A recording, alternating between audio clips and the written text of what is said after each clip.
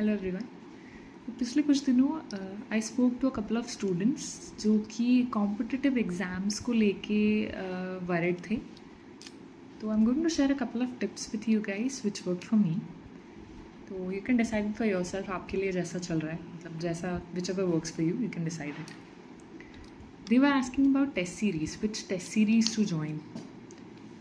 तो my suggestion would be go for the one जिसमें अधिकतर स्टूडेंट्स पार्टिसिपेट कर रहे हैं। Ultimately, your exam is at all India level, so you would want to check your competence जिसमें maximum students appear हो रहे हैं. So choose the one जिसमें ज़्यादा participants हैं. एक बहुत बड़ी गलती जो कि स्टूडेंट्स करते हैं, they try to complete everything mentioned in the course. वो क्या करेंगे, सिलेबस का प्रिंट आउट लेके आ जाएंगे, नेशनल साइट्स पे होता है, and then they'll start ticking off every topic and start mugging up. और अगर कुछ छूट जाते हैं then they go into this panic mode, अरे ये छूट गया. Don't do that. You don't want to mug up everything. सब कुछ पढ़ के कुछ नहीं होना. Anyway, you guys might have been going into the coachings and all. तो वहाँ पे आपको कोर्स मटेरियल ऑलरेडी मिल रहा है. They are teaching the relevant topics already. तो आपको बहुत ज़्यादा वरी करने की ज़रूरत नहीं है. Just start practicing those topics ढंग से. If you are doing self study तो भी just look out for the ones which are relevant. सब कुछ करके नहीं होगा कुछ. आपको एनी वे 100% पेपर मतलब 100% पेपर अटेम्प्ट नहीं करना है. अल्टीमेटली नेगेटिव मार्किंग भी है, right? You don't want to reduce your chances of better rank by attempting every question.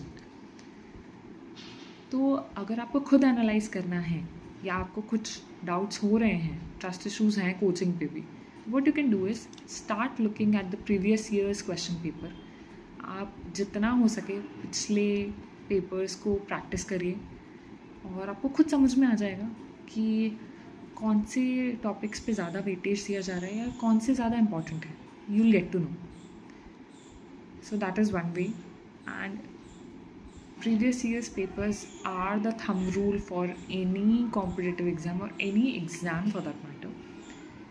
Try using this and you'll see the difference. You'll see like आपको खुद intuition build हो जाएगा about the topics कि okay ये ज़्यादा पूछा जाता है. So have a very thorough study of previous year's papers. एक बहुत बड़ी गलती और स्टूडेंट्स करते हैं, they sabotage their opportunities. Don't do that. This is not what you are looking for. आप क्या कर रहे हो, आप बहुत वन डायमेंशनल ब्रेन चल रहा है आपका कि दिस इज़ माई स्पेशलाइजेशन. जैसे अगर कंप्यूटर साइंस वाले स्टूडेंट्स हैं तो a few days back I spoke to a student and he was looking for कि मैम कि मैं ना कंप्यूटर साइंस में भी मशीन लर्निंग एंड DI पे फोकस करना चाहता हूँ. So what he is doing is he is rejecting all the opportunities he is getting as a Python developer or a Java developer or whatever. Don't do that. What do you want is at the entry level you would want to learn as many skills and anything which works for you, right? Don't sabotage it. आप उन opportunities को reject मत करो which is coming your way. Grab it and then figure it for yourself which works for you and which doesn't. Then एक और चीज़ जो मैं खुद भी गलती करती थी, eventually I realize I should not do that, is हम ना जो टॉपिक्स में कंफर्टेबल होते हैं we stop practicing it. Don't do that. For example quant या फिर एप्टीट्यूड में एक टाइम एंड वर्क है. If I am confident about that topic I will stop practicing it. Do not do that. That's the biggest mistake people do. Why I tell you, see आपको लगता है कि exam में 1 minute 2 minute extra दे करके हो जाएगा, मुझे तो आता है. But how it works is अगर आपकी प्रैक्टिस लेवल इतनी अच्छी है, even for the topics you have command on, तो जिन लोगों से 1 मिनट में हो रहा है आपसे वो 30-40 सेकेंड में होगा. And now you can leverage that बचा हुआ टाइम ऑन द क्वेश्चंस जो कि कंपेरेटिवली डिफ़िकल्ट हैं. Okay, so don't do this mistake. अगर आपको कोई टॉपिक अच्छा भी लगता है या अच्छे से आता है तो you stop practicing it. Do not do that.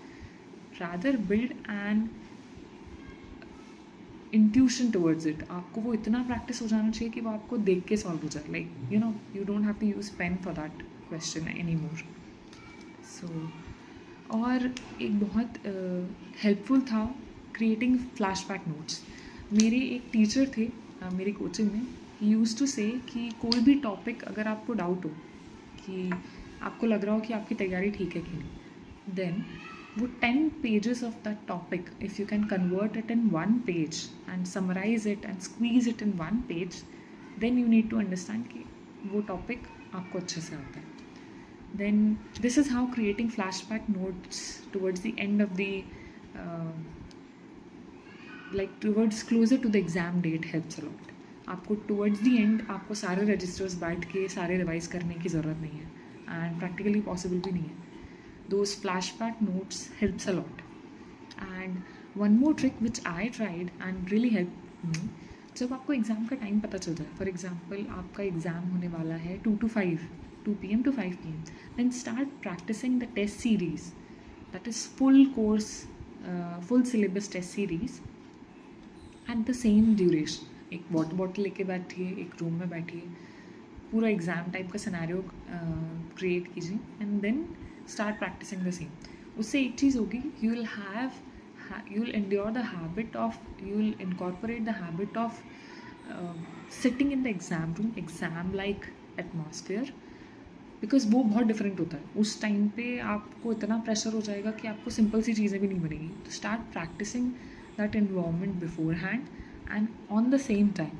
Usually क्या होता है, दोपहर में लोगों को खाना पीना खा के नींद आती है.